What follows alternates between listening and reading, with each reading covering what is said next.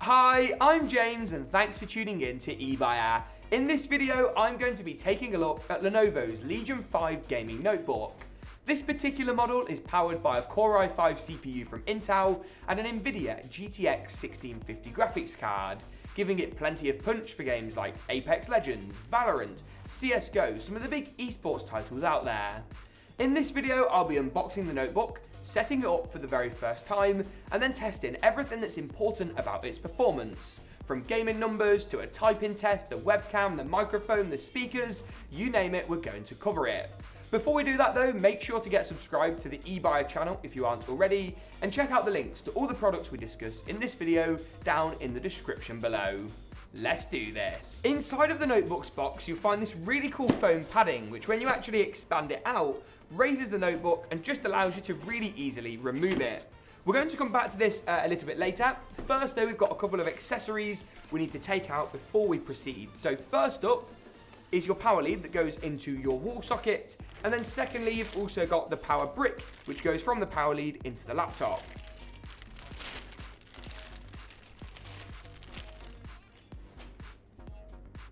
All things considered, this is really nice and low profile as well, considering the wattage. So this unit here is 170 watts. Of course, much more than you'll find on a non-gaming notebook because you've got all that powerful gaming-specific hardware inside. And that's pretty much it though as far as included accessories go, which means we can set the notebook up for the first time. First impressions as far as design goes are pretty good. This basically takes the same design that we've seen on the other Legion 5 notebooks, many of which we've actually featured here on the channel. This includes basically a full-size keyboard layout, but with the number pad condensed slightly inwards, allowing it to fit in the notebook form factor, retaining all of your dedicated arrow keys, all of your dedicated function keys as well at the top.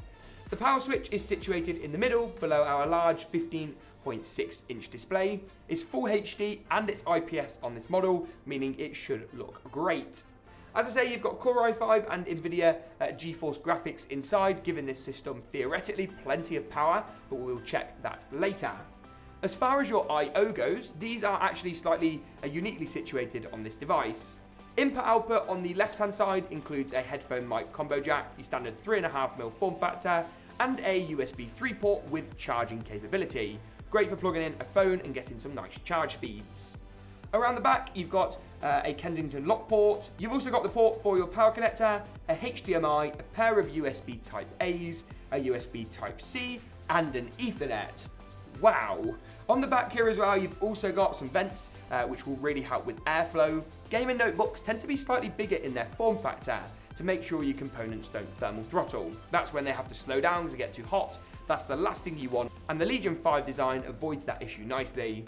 Finally then, the last couple of ports and connections you've got include one more vent on the right hand side, alongside a USB 3 port and a power indicator LED. Touches of Legion branding also look great on this design. We've got a slight Lenovo tag, soft touch plastics, a glass trackpad, basically all the key features you could want.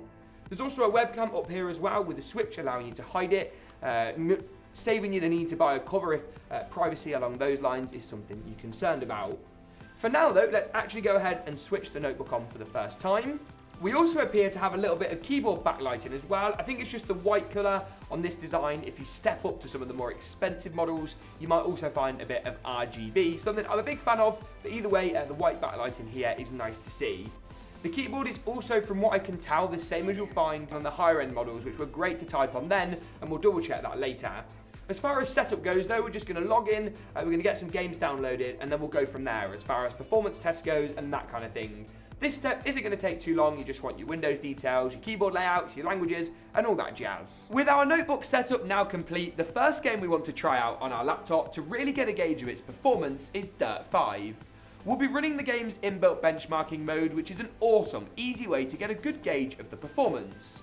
You can see here we're running at pretty much medium settings across the board on our GTX 1650. We're also running at full 1080p HD resolution on this 144Hz high refresh rate display. So let's go ahead and actually select the benchmark mode. This, as I say, is really repeatable. If you guys have got a system, you own this title, test it at home with the same settings and see what results you get. And then you're able to really easily compare and contrast. So get ready. Here we go. 3, 2, 1. Our frame rate is going to appear in the top left, I believe. Here we go. Currently sitting around about 50 frames per second. Not too bad for a racing game. Racing games in general, on a console, for example, will run at 30 to 45. So to get more than that on a pretty affordable laptop for gaming actually is pretty good. 54, 55 frames per second, and even FPS aside, the game looks really smooth. You can see the graphics are sharp, pretty colourful, looks really good in general, and the benchmark is performing pretty well. Frame rate staying nice and consistent as well. Of course, frame rate is the number of images compiled into the video in a second. 60 frames is sort of the benchmark for a shooter title, and 30, 45 is a good level for a racing game. So to be above that at about 50, 51 frames per second today is really not too bad from Lenovo's Legion 5. We'll let this complete and then we'll jump into the next game, which is actually a first-person shooter, to see if we can get that all-important 60 frames. And the results are in. So we sat on average at 54.7 frames per second with a 1% low of 46.3. That's the important number to really register because it takes out any slight anomalous frame drops that didn't affect the playability of the game. Essentially, the minimum number is a little bit redundant in this case. Maximum FPS was 74.6, which is really great to see, and overall the game was a really enjoyable playable experience, and you'd get the same results in a race environment outside of the benchmark. Think of this as a worst case scenario. Let's move on now though to a little bit of a first person shooter and see what results we get there as well. And that title is Valorant. So I've loaded up Valorant, we're running at medium to high settings, 1080p, and here we want to ideally get 60 but probably over 100 frames per second. I've got a frame rate counter set up in the top left corner as well, and I'll read out the numbers periodically as we go along. I'm using the offline target practice, as believe it or not, this actually gives us sort of a worst case scenario as far as performance goes. That's because it renders in all the bots and stuff, which it doesn't have to do on an online map.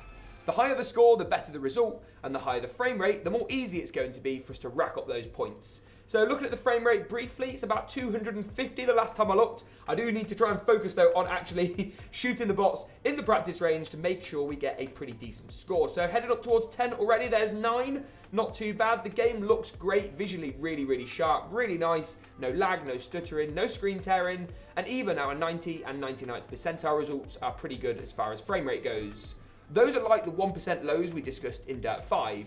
They give you an idea of how consistent the frame rate is, rather than just the average. Still averaging though about 250 frames a second, the game never really dropping below 180 frames on the low end, which is great. Valorant then is absolutely going to be a great bet if you want to play some high frame rate titles on this Lenovo Legion 5. Really good results, and that frame rate of course is helping us to spot the enemies that bit quicker and overall give us a smoother gaming experience.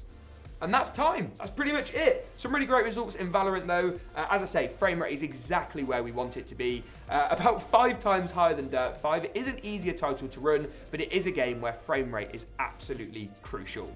So we've covered off the racing/simulation titles, we've covered off a shooting practice range in Valorant, but what about an online arena game? And that's where Splitgate comes in, a game that's rose exponentially in popularity recently, and ahead of the curve here on the eBuyer channel, we are indeed going to check it out. So let's do that now.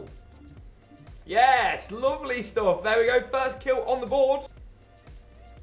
Boom, there we go, there's 2 for 2. I've got low ammo, there's one more though, and I think he's gone. What a result. So I realised we've got very carried away and not actually talked a great deal about the frame rate of the game we're playing. So we're currently sitting, I don't think so, buddy, we're currently sitting around about 150 frames per second in action. This will go up when you die because it's rendering less of the image. So let's just jump back in, see what numbers we're able to achieve here. So sitting around about 164 frames per second all told. Not too bad. There's another guy over here. Yes, lovely stuff. That's 3 for 3, I think. Not a bad effort at all. And the frame rate's super high. With this being a 144Hz high refresh rate display as well, having that high frame rate's great because it means you can actually see it on the display. If your display only refreshes at 60Hz or 60 frames a second, the extra frame rate's useful, but not all that useful. For us, the extra frame rate can be fully realised and means things on screen happen that much quicker. There's a much shorter refresh between the frames, and that means an enemy peeking a corner or someone respawning happens a split second faster, something super beneficial for first-person shooters. With that though, I think we've pretty much covered all of the basics. There's just one or two things left to do, and that's to check out the visual quality of the screen, and then of course the speakers included with the Legion 5. My first impressions of the screen were pretty strong actually while gaming, but I think there's a slightly better test we can use. This is a 4K HDR video, and while the screen's only 1080p, it will downsample and just give us a nice idea of the sharpness and quality. Of course, you aren't going to get quite the visual fidelity you'd get on a 4K panel with, a quantum dot makeup or something like that. But here the image looks pretty sharp, the colours are pretty accurate, vivid enough here, especially in kind of the red sandstone of the desert here. Greens look good as well, the yellows stand out nicely, there's a good bit of dynamic range, and all in all, the screen basically does the job we need it to do on what is undoubtedly a great value gaming laptop for 2021. The screen though is only one half of the equation. Music and speakers are also really important. While you'll probably be using a gaming headset for most of your audio needs, say you want to watch Netflix on an evening, you need the speakers to be half decent. So let's crank up this song we're listening to here and just take a listen. Not too bad so far. All the way up now to 90, 100%. That is very loud actually for a laptop of this price point and this market positioning. Sounds good, audio's crisp. And all in all, I've got to say, I'm pretty impressed with the audio quality. I'll give you a second to actually have a listen.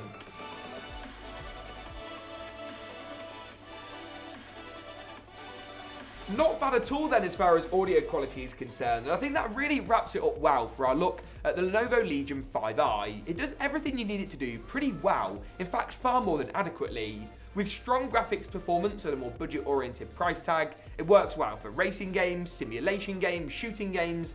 It just does everything we need it to do really nicely. The high refresh rate is a massive bonus, while good cooling, a really nice keyboard, a good trackpad, and overall a sleek form factor making an awesome choice for gaming in 2021 and of course beyond, owning this laptop for the years ahead. If you enjoyed this video, make sure to get subscribed to the eBuy YouTube channel to see more from me and others. Thanks for tuning in though, and as always, we'll see you soon.